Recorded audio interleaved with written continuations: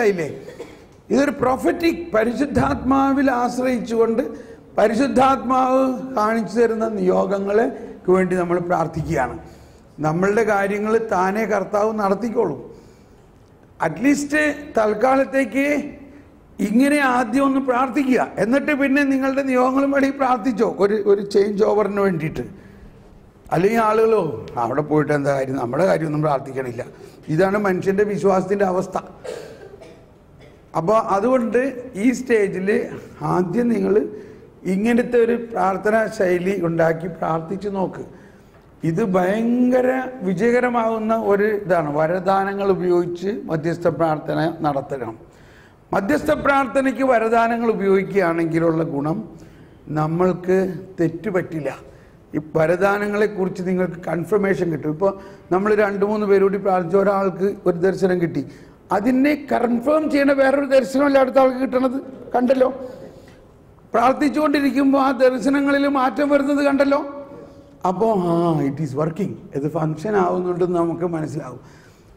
ഉടനെ തന്നെ അത് കൗൺസിലിങ്ങിനോ അങ്ങനെയുള്ള വളരെ ജീവിതബന്ധിയായിട്ടുള്ള ഡയറക്ഷനിലേക്ക് പോകാതെ ഈ മധ്യസ്ഥ പ്രാർത്ഥനാ ലെവലിൽ ഇത് ഓപ്പറേറ്റ് ചെയ്യുകയാണെങ്കിൽ നമുക്ക് ഭയങ്കര വളർച്ചയും കോൺഫിഡൻസ് കിട്ടും.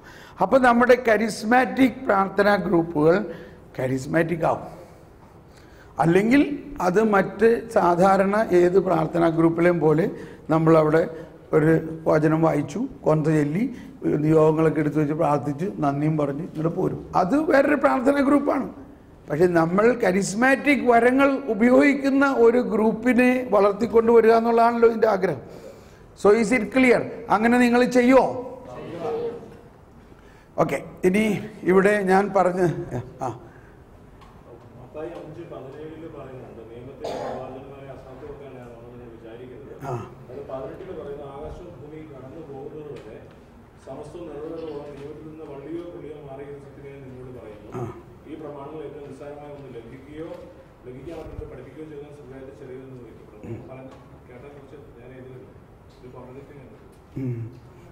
അത് മനസ്സിലാക്കിക്കാനായിട്ട് കുറേ സമയം എടുക്കും. അതുകൊണ്ട് അത് ടച്ച് ചെയ്യാഞ്ഞത്. ഇതാ CD കേൾക്കാമോ? അലൈനിലെ CD കേക്ക്. അതിനകത്ത് കോൺട്രഡിക്ഷൻ ഒന്നുമില്ല. പെട്ടെന്നൊന്ന് പറഞ്ഞേക്കാം. ഇതാണ് നമ്മൾ ജ്ഞാനത്തിന് വേണ്ടി പ്രാർത്ഥിച്ചാൽ ഇത് മനസ്സിലാവുള്ളൂ. അതിൽ പറഞ്ഞിരിക്കുന്നത് കൃത്യമാണ്. ഈശോ പറയുകയാണ്, ഞാൻ വന്നിരിക്കുന്നത് പ്രമാണങ്ങളെ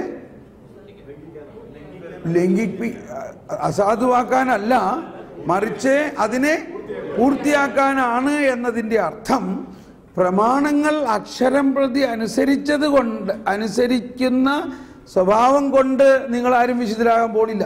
ഇപ്പോഴും നമ്മൾ പ്രമാണം അനുസരിക്കാൻ പറ്റുന്നുണ്ടോ? അപ്പോൾ പ്രമാണങ്ങൾ ഉണ്ടെന്ന് വിചാരിച്ചുകൊണ്ട് അത് അനുസരിക്കാൻ പറ്റില്ല. അത് അനുസരിക്കണമെങ്കിൽ അതിന് കൃപ വേണം. അതാണ് യോഹന്നാനിൽ പറയുന്നത്, നിയമം മോശ വഴി വന്നു, കൃപ യേശു വഴി വന്നു. ആ കൃപ കിട്ടിക്കഴിയുമ്പോൾ നമ്മൾ വിശുദ്ധരായി കഴിയുമ്പോൾ ഓട്ടോമാറ്റിക്കലി പ്രമാണങ്ങൾ നമ്മൾ അനുസരിച്ചോ ഇല്ലയോ? ഇതാണ് അതിൻ്റെ ആദ്യ ഭാഗം. ഇനി രണ്ടാമത്തെ ഭാഗമാണ് മനസ്സിലാക്കാൻ. ആകാശവും ഭൂമിയും എന്ന് പറഞ്ഞാൽ ഈ പ്രമാണങ്ങൾ ഒരിക്കലും മാറില്ല. That is correct. പക്ഷേ അതിൻ്റെ അടുത്ത് പറയുന്നത് ഈ പ്രമാണങ്ങളിൽ ഏറ്റവും ചെറുത് ലംഘിക്കുകയോ ലംഘിക്കാൻ മറ്റുള്ളവനെ പഠിപ്പിക്കുകയോ ചെയ്യുക എന്നതിൻ്റെ അർത്ഥം എന്താ? അതിനർത്ഥം? പ്രമാണങ്ങളുടെ ലംഘനം എന്ന് പറഞ്ഞാൽ എന്താ? പാപം. മനസ്സിലായല്ലോ? കൃത്യമാണ്. പ്രമാണങ്ങൾ ലംഘിക്കുക, അതായത് പാപം ചെയ്യുകയോ പാപം ചെയ്യാൻ മറ്റുള്ളവനെ പഠിപ്പിക്കുകയോ ചെയ്യുന്നവൻ ദൈവരാജ്യത്തിൽ ചെറിയവനെന്ന് വിളിക്കപ്പെടും. പക്ഷെ അവൻ ദൈവരാജ്യത്തിലാണ്. ദൈവരാജ്യത്തിൽ അവൻ എങ്ങനെ ദൈവരാജ്യത്തിൽ കയറിയപ്പോ? മനസ്സിലാവണ്ടോ? അവൻ ദൈവരാജ്യത്തിൽ കയറി. അപ്പൊ ദൈവരാജ്യത്തിൽ എന്ന് പറഞ്ഞാൽ യേശുക്രിസ്തുവിൽ വിശ്വസിക്കുന്നതിലൂടെയാണ്. പക്ഷെ അവൻ പാപിയാ. ഇത് അന്ന് ആർക്കും സ്വീകാര്യമല്ലായിരുന്നു. പാപം ചെയ്യുന്നവൻ എങ്ങനെയാണ് നീതീകരിക്കപ്പെടണമെന്നുള്ള, പാപം ചെയ്യുന്നവനെ ശിക്ഷിക്കണം എന്നുള്ള ഒരു നിയമമായിരുന്നു അവർ പറഞ്ഞുകൊണ്ടിരുന്നത്. പക്ഷേ അതിനെതിരായിട്ട് ഈശോ പറയുകയാണ്, പാപം ചെയ്യുന്നവൻ പാപം ചെയ്യാൻ മറ്റുള്ളവരെ പഠിപ്പിക്കുകയും ചെയ്യുന്നവൻ യേശുക്രിസ്തുവിൽ വിശ്വസിക്കുകയാണെങ്കിൽ അവൻ നീതീകരിക്കപ്പെടും. എങ്ങനെ നീതീകരിക്കപ്പെടും? യേശുക്രിസ്തു അവൻ്റെ പാപത്തിന് പരിഹാരം ചെയ്യുന്നതിലൂടെ അവൻ നീതീകരിക്കപ്പെടുന്നു.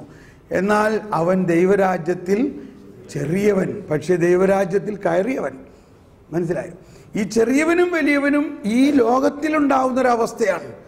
ഈ ലോകത്തിൽ വെച്ച് അവൻ ചെറിയവനാണ്. ഇനി അടുത്ത പോയിന്റ് പറയുന്നത്, ഇത് നിയമം അനുസരിക്കുകയോ അത് അനുസരിക്കാൻ പഠിപ്പിക്കുകയോ ചെയ്യുന്നവൻ സ്വർഗരാജ്യത്തിൽ വലിയവനെന്ന് വിളിക്കപ്പെടും. ഇത് രണ്ടും പറയുന്നതിൻ്റെ ഉദ്ദേശം മൂന്നാമത് പറയാൻ പോകുന്നത് മനസ്സിലാക്കാൻ വേണ്ടിയാണ്. മൂന്നാമത് പറയുന്നത് എന്താ? എന്നാൽ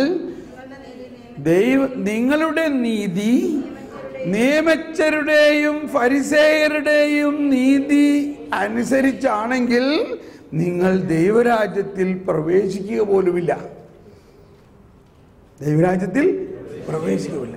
നിയമജ്ഞരും ഫരിസേയരും ഈ 10 പ്രമാണം കണിശമായി പാലിക്കണം എന്നുള്ള ചട്ടത്തിൽ ജീവിക്കുന്നവരാണ്.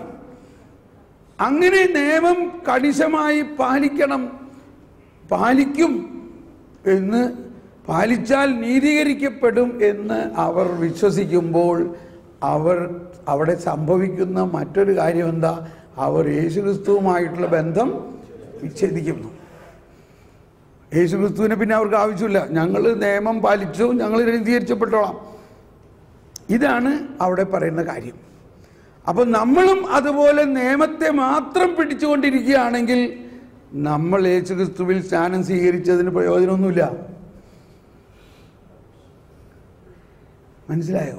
അതാണ് ഈശോ പറയുന്നത്, ആദ്യം നിങ്ങൾ ദൈവരാജ്യവും ദൈവനീതിയും എന്തെന്ന് പഠിക്കുവിൻ, അപ്പോൾ ബാക്കിയുള്ളതെല്ലാം കൂട്ടിച്ചേർക്കപ്പെടും എന്ന് പറയുന്നതിൻ്റെ അർത്ഥം. അപ്പം നമ്മൾ നിയമത്തെ ദൈവത്തെക്കാൾ വലുതായിട്ട് കാണാതെ ദൈവത്തിൻ്റെ കരുണ പ്രത്യക്ഷമായിരിക്കുന്നു. നിയമം വന്നത് പാപം എന്തെന്ന് മനസ്സിലാക്കിക്കാൻ വേണ്ടിയാണ്.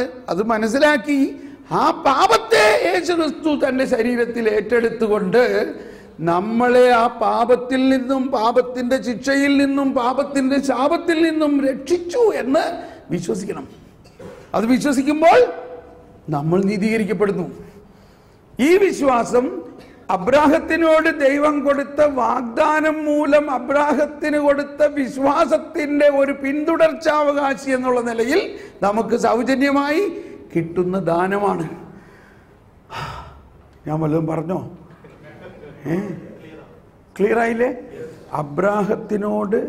അബ്രാഹത്തിന് ദൈവം കൊടുത്ത വിശ്വാസമെന്ന ദാനം, അബ്രാഹം വേല ചെയ്തിട്ടല്ല കൊടുത്തത്, ദാനമായിട്ട് കൊടുത്ത ആ വിശ്വാസം അന്ന് അബ്രാഹത്തിനോട് പറഞ്ഞു, ആകാശത്തിലെ നക്ഷത്രങ്ങളെ പോലെ എന്ന് പറഞ്ഞ ആ നക്ഷത്രങ്ങൾ നമ്മൾ ഓരോരുത്തരുമായിരുന്നു. ആ നക്ഷത്രങ്ങളായിരുന്ന നമ്മൾക്ക് യേശുക്രിസ്തുവിലുള്ള വിശ്വാസം വഴി ആ വിശ്വാസമാണ് നമുക്ക് കിട്ടിയിരിക്കുന്നത്. അതുകൊണ്ടാണ് സക്കേവൂസിന്റെ വീട്ടിൽ ചെന്നിട്ട് പറഞ്ഞത്, നീയും അബ്രാഹത്തിന്റെ മകനാണ്, അതുകൊണ്ട് നമ്മൾ രണ്ടുപേരും സഹോദരങ്ങളാണ്. അപ്പോൾ അവിടെ സക്കേവൂസ് നിയമമൊന്നും പാലിക്കുന്നില്ലെങ്കിലും സക്കേവൂസ് നീതീകരിക്കപ്പെട്ടിരിക്കുന്നു. എന്തുകൊണ്ട്? അബ്രാഹത്തിന്റെ മകനായതുകൊണ്ട് അബ്രാഹത്തിന് കൊടുത്ത ആനുകൂല്യങ്ങളെല്ലാം കിട്ടാൻ അവന് അവകാശമുണ്ട്. ഇപ്പൊ കുറച്ച് ക്ലിയർ ആയോ? ഇത് മുഴുവനും മനസ്സിലാവില്ല കേട്ടോ. എന്തുകൊണ്ട് മനസ്സിലാവില്ല? ഇത് മനസ്സിലാവുന്നതിന് നമ്മൾ കുറേ ജ്ഞാനത്തിന് വേണ്ടി പ്രാർത്ഥിക്കണം. ഞാൻ സത്യമായിട്ട് പറയാം, കുറേ നേരം ജ്ഞാനത്തിന് വേണ്ടി പ്രാർത്ഥിക്കുമ്പോഴാണ് ഇതിൻ്റെ എല്ലാം ഇടയ്ക്ക് കിടക്കുന്ന ഒരു രഹസ്യം നമ്മൾ മനസ്സിലാവുന്നത്. ഓക്കെ, ഈ 2 കാര്യം ഞാൻ ക്ലിയർ ആക്കാനുള്ളത്. ഒന്ന്, ദൈവസ്വരം ശ്രവിക്കുന്നതിൻ്റെ കാര്യം പറഞ്ഞ് നമ്മളത് മുഴുവനാക്കിയില്ല എന്ന് പറഞ്ഞു. അപ്പോൾ ദൈവസ്വരം ശ്രവിക്കുന്നതിന് നമ്മൾ പറഞ്ഞത് ഇതാണ്. ജെറമിയായുടെ അവിടെ പറഞ്ഞു. അത് കഴിഞ്ഞിട്ട് നമ്മൾ യോഹന്നാൻ്റെ സുവിശേഷത്തിൽ 14:12 14:10 പറയുന്നത്, എൻ്റെ ശബ്ദം കേൾക്കുന്നവൻ, എൻ്റെ വാക്ക് ഞാൻ സ്വമേധയാ പറയുന്നതല്ല, എന്നിൽ വസിക്കുന്ന പിതാവ് തൻ്റെ ഹിതം പൂർത്തിയാകുകയാണ്. അപ്പം നമ്മൾ ഉള്ളിൻ്റെ ഉള്ളിൽ പിതാവുണ്ടെങ്കിലും സ്വരം കേൾക്കുന്നത് പരിശുദ്ധാത്മാവിലൂടെ യേശുവിൻ്റെ സ്വരം നമ്മൾ കേൾക്കുക. ഈശോ പറഞ്ഞു, പരിശുദ്ധാത്മാവ് സ്വമേധയാ അല്ല സംസാരിക്കുക, അവൻ കേൾക്കുന്നത് സംസാരിക്കും. അപ്പം നമ്മൾ അതിൻ്റെ പ്രാക്ടിക്കൽ സ്റ്റെപ്പാണ് ഞാൻ പറയണത്. ഇപ്പം അതിൻ്റെ ഒരു വക്കത്തോളം നമ്മളിന്ന് രാവിലെ എത്തി. അതായത് നമ്മൾ ആന്തരിക ലയനത്തിൽ വന്നു ഇല്ലേ? അതാണ് അതിൻ്റെ കറക്റ്റ് പൊസിഷൻ. ലയനത്തിൽ ഈശോയുമായിട്ട് നമ്മുടെ ആത്മാവ് അങ്ങനെ ലയിച്ചു. ഈ അടുത്ത സ്റ്റെപ്പ് ഈശോ നമ്മളെ പരിശുദ്ധാത്മാവുമായിട്ടും പിതാവുമായിട്ടും ലയിപ്പിക്കും ഈശോ. അതാണ് ഈശോ പറഞ്ഞത്, ഞാനാണ് വാതിൽ, ഞാനാണ് വേ, എന്നിലൂടെ അല്ലാതെ ആരും പിതാവിലേക്ക്. അപ്പം ഇതൊക്കെ സംഭവിച്ചുകൊണ്ടിരിക്കുന്ന കാര്യങ്ങളാണ്. എന്നാൽ അതിനെ ഒന്ന് കൂടുതലായി പഠിക്കുകയാണ്. അങ്ങനെ നമ്മൾ ഈശോയിലൂടെ പരിശുദ്ധാത്മാവും പിതാവിലേക്കും ചെന്ന് അങ്ങനെ ലയിച്ചിരിക്കുമ്പോൾ നമ്മുടെ ഒരേ ഒരു പ്രാർത്ഥന ഇതാണ്, ഞാൻ സ്നേഹിക്കുന്നു, ഞാൻ വിശ്വസിക്കുന്നു, ഞാൻ അങ്ങേ സ്നേഹിക്കുന്നു, അങ്ങേ വിശ്വസിക്കുന്നു. ഇങ്ങനെ കുറേ നേരം ഇരിക്കുമ്പോൾ ഈശോയിൽ നിന്നുള്ള ഒരു പ്രവാഹം നമ്മിലേക്ക് ഒഴുകും. ഈശോയുടെ അല്ലെങ്കിൽ പിതാവിൻ്റെ ഹൃദയത്തിൽ നിന്നും നമ്മോട് പറയാനുള്ളത് കേൾക്കാൻ നമ്മൾ ദാഹിക്കുക. അപ്പോൾ ചിലപ്പോഴൊക്കെ ആദ്യം കേൾക്കാൻ പോകുന്നത്, ഞാൻ നിന്നെ അനന്തമായി സ്നേഹിക്കുന്നു, ഇതൊക്കെ ആയിരിക്കും നമ്മൾ കേൾക്കുന്നത്. അങ്ങനെ പറയുമ്പോൾ തന്നെ നമ്മൾക്ക് കുളിര് കോരുന്നൊരു അനുഭവമാണ്. എന്തുകൊണ്ട്? ഞാൻ നിന്നെ സ്നേഹിക്കുന്നു എന്ന് ഈശോ പറയുമ്പോൾ ഞാൻ സ്വമേധയാ പറയുന്നതല്ല, എന്നിൽ വസിക്കുന്ന പിതാവ് തൻ്റെ പ്രവൃത്തി ചെയ്യുകയാണ്. അപ്പം എന്താ അവിടെ പ്രവൃത്തി? സ്നേഹിക്കുന്നു. പിതാവിൻ്റെ സ്നേഹം നമ്മിലേക്ക് ഇങ്ങനെ അണപൊട്ടി ഒഴുകുന്ന ഒരു അനുഭവമായിരിക്കും. അത് കഴിയുമ്പോൾ വേറെ എന്തെങ്കിലും നമ്മളോട് പറയും, എനിക്കുള്ളതെല്ലാം നിനക്കുള്ളതാണ്. ഇത് പറഞ്ഞാൽ ദൈവം ആ സമയത്ത് നമുക്കത് തരികയാണ്. അങ്ങനെ നമ്മൾ പിതാവിൻ്റെ സ്വരം കേൾക്കണം. ഈശോയുടെ സ്വരം കേൾക്കുമ്പോൾ അതാണ് ഏറ്റവും വലിയൊരു ഇൻഫില്ലിങ്. ഞാൻ പറയാനുള്ളൊരു ഉദാഹരണമാണ്. അങ്ങനെ സ്വരം കേട്ടപ്പോൾ ഒരു ദിവസം എന്നോട് പറയാണ്, നീ ഒരു കല്ലാണ്, നീ ഒരു കല്ലാണെന്ന്. ആദ്യം എനിക്ക് തോന്നി, ഇതൊരു കഠിനമായ കാര്യമാണ്. പെട്ടെന്ന് ഞാൻ തീരുമാനിച്ചില്ല, ദൈവം നല്ലത് മാത്രമല്ലേ എന്നോട് പറയുള്ളൂ, അപ്പോൾ നല്ല കാര്യമായിരിക്കും അത്. പക്ഷെ എനിക്ക് മനസ്സിലായില്ല. അങ്ങനെ ഞാൻ എന്താണ് ആ കല്ലിലുള്ള നന്മ എന്ന്, എന്താണ് കർത്താവ് ആഗ്രഹിക്കണം എന്നോട് പറയാൻ ചിന്തിച്ചിരിക്കുമ്പോൾ, ശ്രദ്ധിക്കണേ, എല്ലാവരും ശ്രദ്ധിക്കണ്ടോ? പറയാണ് ദാവീദിൻ്റെ കയ്യിലെ കല്ലാണ് നീ. കണ്ടോ? മനസ്സിലായോ? ദാവീദിന്റെ കയ്യിലെ കല്ലാണ്.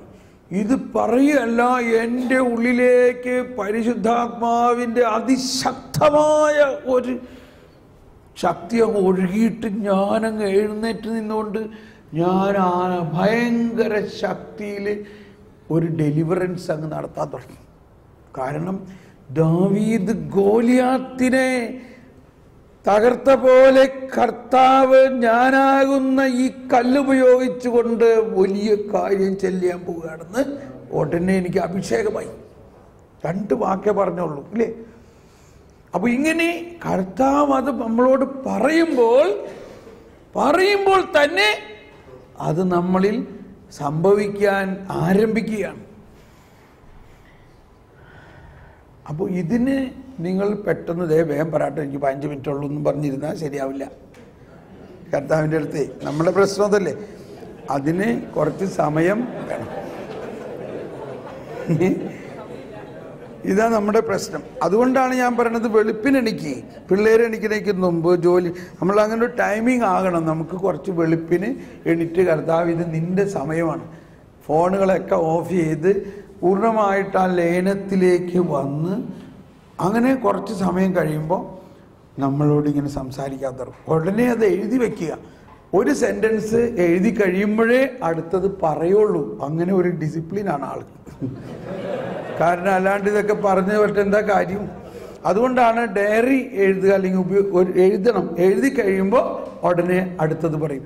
അത് പിന്നെ ഇങ്ങ് വരാൻ തുടങ്ങിക്കഴിഞ്ഞാൽ പിന്നെ നമ്മൾക്ക് ആ സ്പീഡിൽ എഴുതാൻ പറ്റാണ്ടാകുമ്പോൾ നമ്മുടെ ഹാൻഡ് റൈറ്റിംഗ് ഒക്കെ ക്രൊക്കൈഡായിട്ട് പോകും. എന്നാലും അങ്ങ് എഴുത്, ഭയങ്കര സ്പീഡാവും. പിന്നെ ആ പറയണ സ്പീഡിൽ നമുക്ക് എഴുതാൻ പറ്റാത്തതൊക്കെ ആവും. ചില സമയത്ത് നമ്മുടെ ആ ഈശോ പറയുന്നത് എഴുതുമ്പോഴുള്ള ഹാൻഡ് റൈറ്റിംഗ് തന്നെ ഒരു മനോഹരമായ ഹാൻഡ് റൈറ്റിങ്ങും ആകാറുണ്ട്. എന്ത് വന്നാലും നിങ്ങൾ ഇത് പ്രാക്ടീസ് ചെയ്യണം. എങ്കിൽ മാത്രമേ നമ്മൾ വളരെയുള്ളൂ. You have to listen. നിങ്ങൾ ദൈവത്തെ ശ്രവിക്കണം, ഈശോയെ ശ്രവിക്കണം, അത് എഴുതണം. എന്നിട്ട് ഇപ്പോൾ ഞാൻ കുറച്ച് നാൾ മുമ്പ് ഈ അനിമേഷൻ ഫിലിംസൊക്കെ ഉണ്ടാക്കാൻ തുടങ്ങിയപ്പോൾ എൻ്റെ ഒരു 10 വർഷം മുമ്പുള്ള ഡയറി നമ്മുടെ ടീം അംഗങ്ങൾ ആരും എടുത്ത് നോക്കിയപ്പോൾ അവിടെ എഴുതിയിരിക്കുകയാണ്, നീ എൻ്റെ അത്ഭുത പ്രവൃത്തികളുടെ ഫിലിം ഉണ്ടാക്കണമെന്ന് എഴുതിയേക്കണം. Praise the Lord. അതിപ്പോൾ സംഭവിക്കണു, മനസ്സിലാവണ്ടോ? അപ്പോൾ അന്ന് കർത്താവ് അരുളി ചെയ്തത് സംഭവിക്കും എന്ന് നമ്മൾ വിശ്വസിക്കുകയാണ്. അതുകൊണ്ടാണ് നമ്മൾ എഴുതണത്.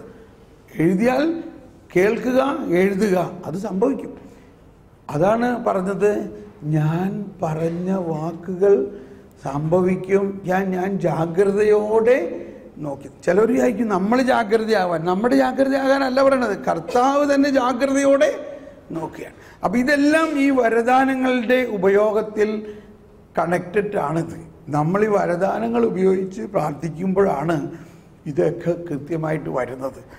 ഓക്കെ, ഇനി പെട്ടെന്ന് ബൈബിള് വായിക്കുന്ന കാര്യം ഞാൻ പറഞ്ഞുതരാം. സിമ്പിളാണ്, നമ്മൾക്ക് ഇങ്ങനെ എടുക്കാം. മത്തായിയുടെ സുവിശേഷം 1-ാം അധ്യായം 22-23 വചനം എടുത്തോ. മത്തായിയുടെ സുവിശേഷം 1-ാം അധ്യായം 22-ാമത്തെ വചനത്തിൽ പറയുന്നത്, കന്യക ഗർഭം ധരിച്ച് ഒരു പുത്രനെ പ്രസവിക്കും, അവന് ദൈവം നമ്മോട് കൂടെ എന്ന് അർത്ഥമുള്ള എമ്മാനുവേൽ എന്ന് വിളിക്കപ്പെടും എന്ന് പ്രവാചകൻ മുഖേന പറഞ്ഞിട്ടുള്ളത് പൂർത്തിയാകാൻ വേണ്ടിയാണിത്. മനസ്സിലായല്ലോ? ഇപ്പോൾ 1-ാം അധ്യായത്തിലെ ഈ ഭാഗം, ഇതൊരു ഉദാഹരണമായിട്ട് പറയാം. ആ ഭാഗം വായിച്ച് പ്രവാചകൻ മുഖേന പറഞ്ഞിട്ടുള്ളതാണെന്ന് വരെ വായിച്ചു കേട്ടോ. ഇപ്പോൾ നമ്മളിൽ ഉണ്ടാകേണ്ട ഒരു റിസർച്ച്, ഒരു ചോദ്യം നമുക്കെല്ലാവർക്കും അറിയാവുന്നതാണ്, എങ്കിലും ചോദിക്കണം, ഏത് പ്രവാചകൻ, എന്ന്, എവിടെ? മനസ്സിലായോ? ഓക്കെ. അപ്പോൾ അതെങ്ങനെ മനസ്സിലാകും? അത് ബൈബിളിൻ്റെ അടിക്കുറിപ്പിൽ നോക്കിയേ. ആ അടിക്കുറിപ്പിൽ എഴുതിയിട്ടുണ്ടില്ലേ, 1:22-23 സമാനമായിട്ട് ഏശയ്യ 7:14 എഴുതിയിട്ടുണ്ട്. ഇപ്പം ഇവിടെ ഒരു വിരൽ വെച്ചിട്ട് ഇനി ഏശയ്യയിൽ പോകണം. ഒന്ന് ഏശയ്യ ഏത് കാലത്ത് ജീവിച്ചിരുന്നെന്ന് മനസ്സിലാക്കണം. ഏശയ്യയിൽ 7:14 എന്താണെന്ന് അതിനകത്ത് നോക്കി വായിക്കണം. ഓക്കെ, മതി, നമുക്ക് മനസ്സിലായല്ലോ. അതുപോലെ തന്നെ ഈ തുടർന്ന് വായിക്കുമ്പോൾ മത്തായി 2-ാം അധ്യായത്തിൽ ജ്ഞാനികൾ വന്ന കാര്യം കണ്ടോ. ആ രാജാവ് പറഞ്ഞു, ഈ രാജാവ് ഹെരോദേസ് രാജാവ് അവരുടെ കൊട്ടാരത്തിലുള്ള നിയമജ്ഞരെയും പുരോഹിതരെയും വിളിച്ചു ചോദിച്ചു, എന്താ ഈ കേൾക്കണം, എങ്ങനെ രാജാവ് ഇവിടെ ജനിക്കും? അപ്പോൾ അവർ പറഞ്ഞു, അതെ, എഴുതപ്പെട്ടിരിക്കുന്നു. എന്താണ് വായിച്ചത്? 2-ാം അധ്യായത്തില്, യൂദയായിലെ ബെത്ലഹേമേ, പ്രവാചകൻ എഴുതിയിരിക്കുന്നു, യൂദയായിലെ ബെത്ലഹേമേ, നീ യൂദയായി പ്രമുഖ നഗരങ്ങളിൽ ഒട്ടും താഴെയല്ല. എൻ്റെ ജനമായ ഇസ്രായേലിനെ ഭരിക്കാനുള്ളവൻ നിന്നിൽ നിന്നായിരിക്കും ജനിക്കുക. കണ്ടോ? അപ്പോൾ നമ്മൾക്കിത്, അപ്പോൾ അവിടെ ഉടനെ നിർത്തിയിട്ട് ഏത് പ്രവാചകനാണത് പറഞ്ഞിരിക്കുന്നത്? എന്താ അവിടെ ഫുട് നോട്ടിൽ കാണുന്നത്? മിക്ക പ്രവാചകൻ.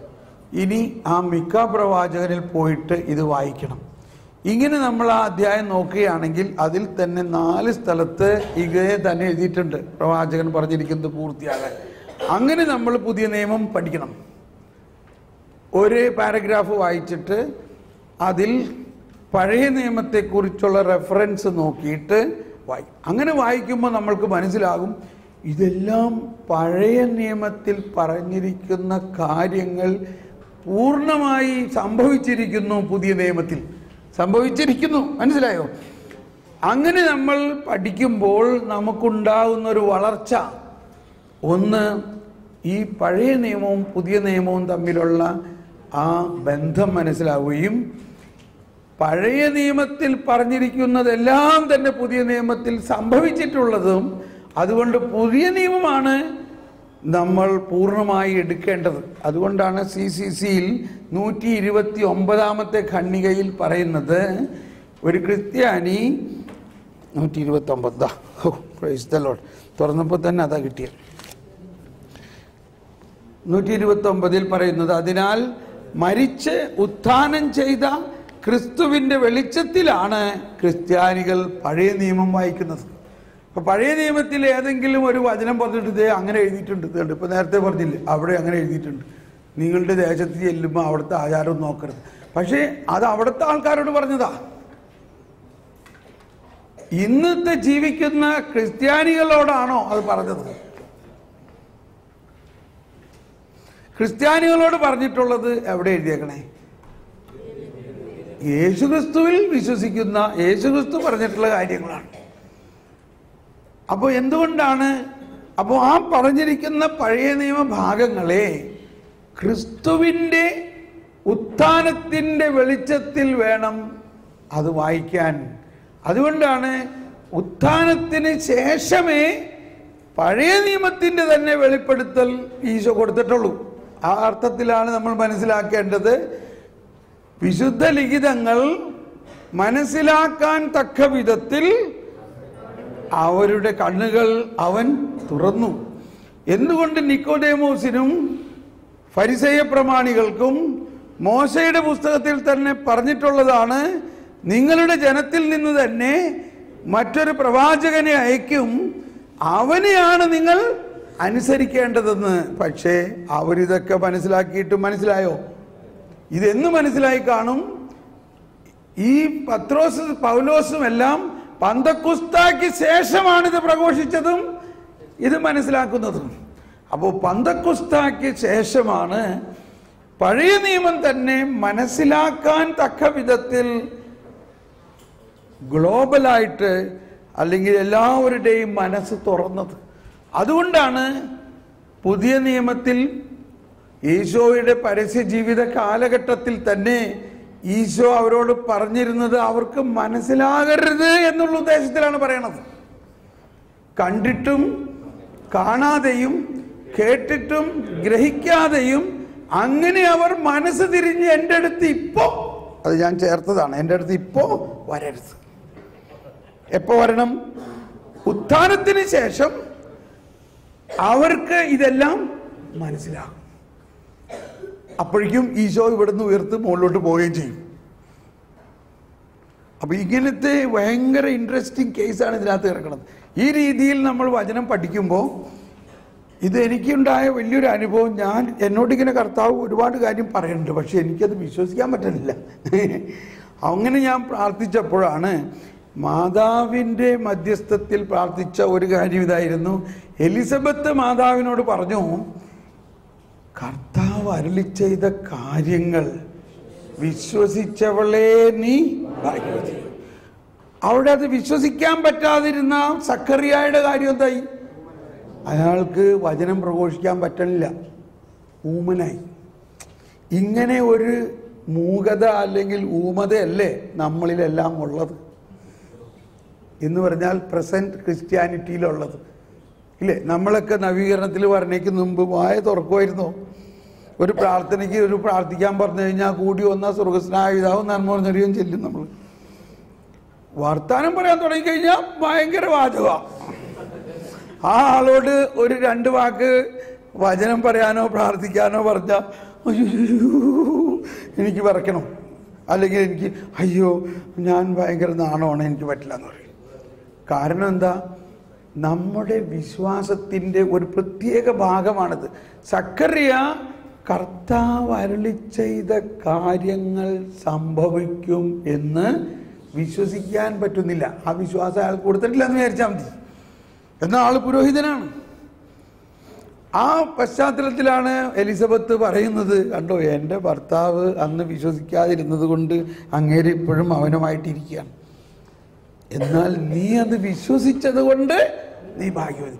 അപ്പോൾ നമുക്കുണ്ടാകേണ്ട വിശ്വാസത്തിൻ്റെ ഒരു പ്രധാനം ഇതിനാണ് വിശ്വാസത്തിൻ്റെ അനുസരണം എന്നാണ് പൗലോസ്ലീഹയുടെ ലേഖനങ്ങളിൽ പറയുന്നത്. നിയമത്തിൻ്റെ അനുസരണമാണ് നമ്മളെല്ലാം ചെയ്തുകൊണ്ടിരിക്കുന്നത്. പക്ഷേ നമ്മളെ സംബന്ധിച്ച് ഇന്ന് വേണ്ടത് വിശ്വാസത്തിൻ്റെ അനുസരണമാണ്.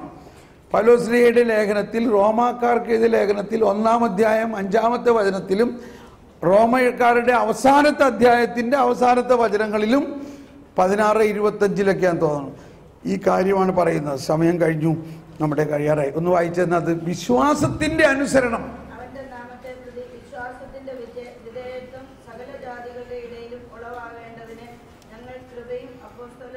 അതെത്ര? 1:5. വിശ്വാസത്തിൻ്റെ വിധേയത്വം.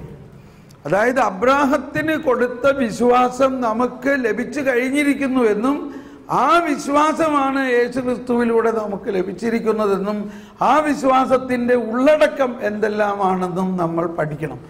അതിപ്പോൾ നമ്മൾ മുഴുവനും ഇപ്പോൾ പഠിക്കാൻ പറ്റിയിട്ടില്ല, അത് അടുത്ത ധ്യാനത്തിൽ പഠിക്കാം.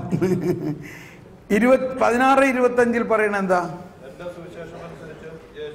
എൻ്റെ സുവിശേഷം അനുസരിച്ചും യേശുക്രിസ്തുവിനെ കുറിച്ചുള്ള പ്രഘോഷണം അനുസരിച്ചും രഹസ്യത്തിന്റെ വെളിപാടനുസരിച്ചും നിങ്ങളെ ബലപ്പെടുത്തുവാൻ കഴിവുള്ളവനാണ് ദൈവം. അടുത്തത്, യുഗയുഗാന്തരങ്ങളായി നിഗൂഢമായിരിക്കുന്ന രഹസ്യം അവിടുന്ന് പ്രവാചകന്മാർ വഴി ലിഖിതങ്ങൾ വഴി ഇപ്പോൾ വെളിപ്പെടുത്തി. ഈ രഹസ്യം നിത്യനായ ദൈവത്തിന്റെ ആജ്ഞ അനുസരിച്ച് വിശ്വാസത്തിന്റെ അനുസരണത്തിനായി, ദാറ്റ് ഈസ് ദ പോയിന്റ്, സകല ജനങ്ങളോടും. അപ്പോൾ വിശ്വാസത്തിന്റെ അനുസരണം എന്ന ഒരു ടോപ്പിക് ഉണ്ട്. അത് അതിവളർച്ചാ ധ്യാനത്തിനുള്ളതാണ്. പക്ഷെ അതിൻ്റെ ഒരു തുടക്കമിട്ടേക്കാം നമുക്കിപ്പോൾ, ഇല്ലേ? അതിനെക്കുറിച്ചൊന്ന് ചിന്തിച്ച് നോക്ക്. വിശ്വാസത്തിൻ്റെ അനുസരണം. അപ്പം അതിന് കോൺസെപ്റ്റിൽ ഇതാണ്. അബ്രാഹത്തിന് കൊടുത്ത വിശ്വാസത്തിൻ്റെ ഉള്ളടക്കം എന്തായിരുന്നു? വിശ്വാസം എന്ന് പറയുന്നത് ഒരു ദാനമാണെന്ന് നമ്മൾ പറഞ്ഞു. ഈ ദാനം എന്ന് പറയുന്ന ഒരു വലിയ പാക്കറ്റ് നമുക്ക് കിട്ടി, എ ഗിഫ്റ്റ്. പക്ഷേ അത് തുറന്നു നോക്കിയപ്പോൾ എന്താ കാണുന്നത്? അതിനകത്ത് ഒരുപാട് വേറെ ബോക്സുകൾ, ഗോൾഡൻ കളർ, യെല്ലോ കളർ, വളരെ, അത് ഓരോന്നും തുറന്നു നോക്കണം. അങ്ങനെ അബ്രാഹത്തിന് കൊടുത്ത വിശ്വാസത്തിൽ ഉള്ളടക്കത്തിൽ പെട്ടെന്ന് ഞാൻ 1-2 പറയാം. മനസ്സിലാകാൻ വളരെ ബുദ്ധിമുട്ടുള്ളതാണ്. മനസ്സിലായില്ലെന്ന് വിചാരിച്ച് വിഷമിക്കണ്ട. അങ്ങനെ ഒരു സംഭവം ഉണ്ടെന്ന് അങ്ങ് വിചാരിച്ചോ. അത് പ്രധാനമായിട്ട് എന്തായിരുന്നു അബ്രാഹത്തിന് കൊടുത്ത വിശ്വാസത്തിൻ്റെ പ്രധാന ഭാഗം? റോമർ 4-ാം അധ്യായത്തിൽ 5-ാമത്തെ വചനത്തിൽ പറയുന്നുണ്ട്. റോമർ 4-ാം അധ്യായത്തിൽ 5-ാമത്തെ വചനത്തിൽ പറയുന്നുണ്ട്. ഇത് കേൾക്കുമ്പോൾ യെസ്, പ്രവൃത്തികൾ കൂടാതെ തന്നെ പാപിയെ നീതീകരിക്കുന്നവനിൽ വിശ്വസിക്കുന്നവന്റെ വിശ്വാസം നീതിയായി പരിഗണിക്കപ്പെട്ടു. കണ്ടോ, അതാണ് ദൈവനീതി. വല്ലതും മനസ്സിലായോ? വല്ലതും മനസ്സിലായോ? ഒന്നും മനസ്സിലാവില്ല. അതിൻ്റെ അർത്ഥം അതിൽ എന്തോ നിഗൂഢത ഉണ്ട് എന്നർത്ഥം എന്ന് വിചാരിച്ചാൽ മതി. പെട്ടെന്ന് മനസ്സിലാകുകയാണെങ്കിൽ പച്ചവെള്ളം പോലെയാ. അതിലെന്തോ നിഗൂഢതയുണ്ട്. ഒന്നുകൂടി വായിച്ചു നോക്കിയേ. പ്രവൃത്തികൾ കൂടാതെ തന്നെ പാപിയെ നീതീകരിക്കുന്നവനിൽ വിശ്വസിക്കുന്നവന്റെ വിശ്വാസം നീതിയായി പരിഗണിക്കപ്പെട്ടു. ഇത് 9 ദിവസം ധ്യാനം കൂടിയാലേ ഇത് മനസ്സിലാവുള്ളൂ. ഒരിക്കൽ നമ്മുടെ 9 ദിവസം ധ്യാനം കൂടിയതിൻ്റെ അവസാനം ഒരാൾ പറഞ്ഞു, ഇപ്പോഴെനിക്കത് മനസ്സിലായി. എന്നാൽ ഇതൊന്ന് ശരിക്കും പഠിക്കാൻ വേണ്ടി അടുത്ത 9 ദിവസത്തെ ധ്യാനം ഞാൻ കൂടാൻ വരാണെന്ന്. മനസ്സിലാവണ്ടോ? ഇത് നടന്ന സംഭവമാണ്. അദ്ദേഹം ഒരു പ്രൊഫസറാണ്. പുള്ളി പറയണോ, അയ്യോ ഇപ്പോഴാണത് മനസ്സിലായത്, എടോ ഇത് ഭയങ്കര സാധനമാണല്ലോ, എന്നാൽ ഇതൊന്ന് ശരിക്കും പഠിച്ചിട്ടേ കാര്യമുള്ളൂ. അപ്പോൾ ആ ധ്യാനം മുഴുവനും യൂട്യൂബിലുണ്ട്. മലയാളത്തിൽ 9 ദിവസത്തെ ധ്യാനത്തിൽ ഈ നമ്മുടെ യൂട്യൂബ് സൈറ്റിൽ. അതിൻ്റെ അവസാന ദിവസമാണ് ഇതിനെക്കുറിച്ച് പരാമർശിക്കുന്നത്, പറയുന്നതെല്ലാം. അതുവരയ്ക്കും ഞാൻ അത് 9 days you should go to Thomas Paul Kudiyan. ഓർത്തിരിക്കാൻ, കൊടിയൻ അടിക്കണം, തോമസ് പോൾ കുടിയൻ. പക്ഷേ ടൈപ്പ് ചെയ്യുമ്പോൾ കൊടിയൻ, ഓർത്തിരിക്കാൻ കുടിയൻ, കൊടിയൻ എന്ന് അടിച്ചു കഴിഞ്ഞിട്ട് ആ യൂട്യൂബ് സൈറ്റിൽ ചെന്നാൽ ഉടനെ അതിനകത്ത് പോകരുത്, അതിൻ്റെ പ്ലേലിസ്റ്റിൽ പോകണം. പ്ലേലിസ്റ്റിൽ പോയി കഴിഞ്ഞ് you have to scroll down. ഒരുപാട് ധ്യാനങ്ങളുണ്ട്. അതിൽ 9 days റിട്രീറ്റ് എന്ന് പറഞ്ഞുകൊണ്ട് ഒരു കഴിഞ്ഞ വർഷത്തെ ധ്യാനം കൂട്ടണം. അതിനകത്ത് 9 days ആണ്, 9 ദിവസത്തെ ധ്യാനമാണ്. അപ്പോൾ കുറച്ച് സാവധാനം പഠിച്ചാൽ മതി. എന്നാലും അത് പഠിക്കുകയാണെങ്കിൽ നിങ്ങൾ ഭയങ്കര ഒരു അനുഭവമായിരിക്കും, കത്തണ ഒരു അനുഭവമായിരിക്കും. അതാണ്. അപ്പോൾ ഈ കണ്ടന്റിൽ പറഞ്ഞ കാര്യം ഒന്ന് കേട്ടോ. പ്രവൃത്തി കൂടാതെ തന്നെ പാപിയെ നീതീകരിക്കുന്നവനിൽ വിശ്വസിക്കുന്നവന്റെ വിശ്വാസം നീതിയായി പരിണമിക്കും. ഇതാണ് അബ്രാഹത്തിൻ്റെ വിശ്വാസത്തിൽ ഉള്ള ഏറ്റവും മനസ്സിലാക്കാൻ പറ്റാത്ത വിസ്മയനീയമായ പ്രധാന ഭാഗം. അത് യേശുക്രിസ്തുവിലൂടെ മാത്രമേ അത് തുറക്കപ്പെട്ടുള്ളൂ. യേശുക്രിസ്തു ഒരു പാപിയെ അവൻ്റെ യാതൊരു പ്രവൃത്തിയും കൂടാതെ നീതീകരിക്കുമ്പോൾ, ഇപ്പോൾ ഉദാഹരണത്തിന് ഒരു കഥാരൂപത്തിൽ ഞാൻ അവതരിപ്പിക്കാം, അല്ലെങ്കിൽ ഒരു നാടകീയമായിട്ട്. അതായത് യേശു എന്നെ കുരിശിൽ തറയ്ച്ച ദിവസം മറ്റൊരു സംഭവം നടന്നു എന്ന് വിചാരിക്കാം. വേറൊരാളെയും, അതായത് ഒരു മഹാപാപിയെ, ഒരുപാട് കൊലപാതകവും കുറ്റങ്ങളെല്ലാം ചെയ്ത ഒരാളെ അന്ന് കുരിശിൽ തറയ്ക്കാൻ വേണ്ടി വിധിക്കപ്പെട്ടിരുന്ന ഒരാളാണ്. അയാൾ അവിടെ ജയിലിൽ കിടക്കുകയാണ്. ഇയാൾ ഇപ്പോൾ അടുത്ത നിമിഷത്തിനകത്ത് ഇയാളെ കൊണ്ടുപോകാൻ ആരാച്ചാരന്മാർ വരും എന്ന് പ്രതീക്ഷിച്ചു കൊണ്ടിരിക്കുമ്പോൾ, നിമിഷങ്ങൾ എണ്ണിക്കൊണ്ടിരിക്കുമ്പോൾ, ഇയാൾ ചെയ്ത കുറ്റത്തിന് ഇയാളെ കൊല്ലാൻ പോവുകയാണ് എന്ന് ഇയാൾ ചിന്തിച്ചു കൊണ്ടിരിക്കുമ്പോൾ പെട്ടെന്ന് ജയിലിൻ്റെ സൂപ്രണ്ടൻ്റ് കയറി വന്നപ്പോൾ ഇയാൾ അന്താളിച്ചു. എന്തായി ചെയ്യാൻ പോകുന്നത്? ആരാച്ചാരനല്ല വന്നിരിക്കുന്നത്, ജയിൽ സൂപ്രണ്ടൻ്റ് വന്നിട്ട് പറയാണ്, നിങ്ങളെ വെറുതെ വിട്ടിരിക്കുന്നു. ഇയാളാകെ ഷോക്കടിച്ചു. വധശിക്ഷയ്ക്ക് വിധിക്കപ്പെട്ട ആളെ ആ നിമിഷമായപ്പോൾ പറയാണ്, നിങ്ങളെ വെറുതെ വിട്ടിരിക്കുന്നു. ഇയാൾ പറഞ്ഞു, എന്താ നിങ്ങൾ ഈ സമയത്ത് എന്നെ കളിയാക്കിയാണോ? ഇല്ല, നിങ്ങളെ വെറുതെ വിട്ടിരിക്കുന്നു. അതെങ്ങനെ എന്നെ വെറുതെ വിട്ടു? ഞാൻ ഇത്രയും വലിയ കൊലപാതകങ്ങളും ഇത്രയും വലിയ തിന്മകളെല്ലാം ചെയ്ത എന്നെ വെറുതെ വിടുകയാണ്. വേറെ ആരെങ്കിലും ആയിരിക്കാം. ഇല്ല, പുള്ളി പോക്കറ്റിൽ നിന്ന് കല്ലാസ് എടുത്തിട്ട് കുറച്ചു, KP ബറാബാസ് 303 നമ്പർ, നിങ്ങളല്ലേ? അത് ഞാനാണ്, ഇതാ ഓർഡർ പിടിച്ചോ. ഇയാൾക്കൊന്നും മനസ്സിലാവുന്നില്ല. ജയിൽ സൂപ്രണ്ടൻ്റ് ഇയാളുടെ കൈവിലങ്ങുകൾ അഴിച്ചു. ഇതെന്താണ് സംഭവിക്കുന്നത്? എന്നെ വെറുതെ വിട്ടിരിക്കുന്നു. അപ്പോൾ മേ ബി ഈ ലാംഗ്വേജ് പറഞ്ഞെന്ന് ചോദിച്ചു, നിന്നെ നീതീകരിച്ചിരിക്കുന്നു, നിന്റെ സകല പാപങ്ങളും ക്യാൻസലാക്കിയിരിക്കുന്നു, നിന്റെ സകല തിന്മകളും അതിൻ്റെ ശിക്ഷയും നീതീകരിച്ച് ക്യാൻസലാക്കിയിരിക്കുന്നു. എന്താണ് ഈ പറയണേ? ഇതെങ്ങനെ സംഭവിച്ചു? വരുവിൻ, ഞാൻ പറഞ്ഞുതരാം. പുറത്തു വായു, നീ പുറത്തു വായു. നീ ഇനി ജയിലിൽ നിൽക്കാനുള്ളവനല്ല, നീ സ്വതന്ത്രനാണ്. നീ പുറത്തു വാ. ഇതാ അങ്ങകലെ ആ കാൽവരി മലയിൽ കാണുന്ന കുരിശിലേക്ക് നോക്കുവിൻ. അവിടെ 3 കുരിശുകൾ നീ കാണുന്നുണ്ടല്ലോ. അതെ, അതിൻ്റെ 2 വശത്തും കിടക്കുന്നവർ നിന്റെ സുഹൃത്തുക്കളാണ്. എന്നാൽ നടുവിൽ കിടക്കുന്ന കുരിശിൽ കിടന്ന ആൾ നിന്റെ സകല പാപവും അതിൻ്റെ ശിക്ഷയും ഏറ്റെടുത്തുകൊണ്ട് നിന്നെ നീതീകരിച്ച് സ്വതന്ത്രനാക്കിയിരിക്കുന്നു. എന്താണ് ഞാൻ കേൾക്കുന്നത്? ആരാണവൻ? അതാണ് നസ്രായനായ യേശു ക്രിസ്തു. ഓ യേശുവേ, യേശുവേ, നീ എന്താണ് എനിക്ക് വേണ്ടി ചെയ്തത്?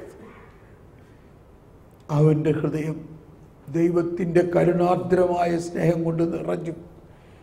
അവൻ യേശുവിൻ്റെ അടുത്തേക്ക് ഓടുകയാണ്. ഇതാണ് നീതീകരണം എന്ന് പറയുന്നത്. മനുഷ്യർ ചെയ്ത പാപം അവർക്കെതിരെ പരിഗണിക്കാതെ അവരുടെ പാപവും പാപത്തിൻ്റെ ശിക്ഷയും ഏറ്റെടുത്തുകൊണ്ട് അവരുടെ പ്രവൃത്തി കൂടാതെ അവരെ നീതീകരിച്ചു. അതാണ് ദൈവനീതി എന്ന് പറയുന്നത്. ഈ രീതിയിലാണോ നമ്മൾ ഇന്നേവരെ പഠിച്ചേക്കണേ? ഇല്ലെങ്കിൽ ഇതാണ് പഠിക്കേണ്ടത്. അപ്പോൾ ആ വിശ്വാസമാണ് അബ്രാഹത്തിന് അന്നുണ്ടായിരുന്നത്.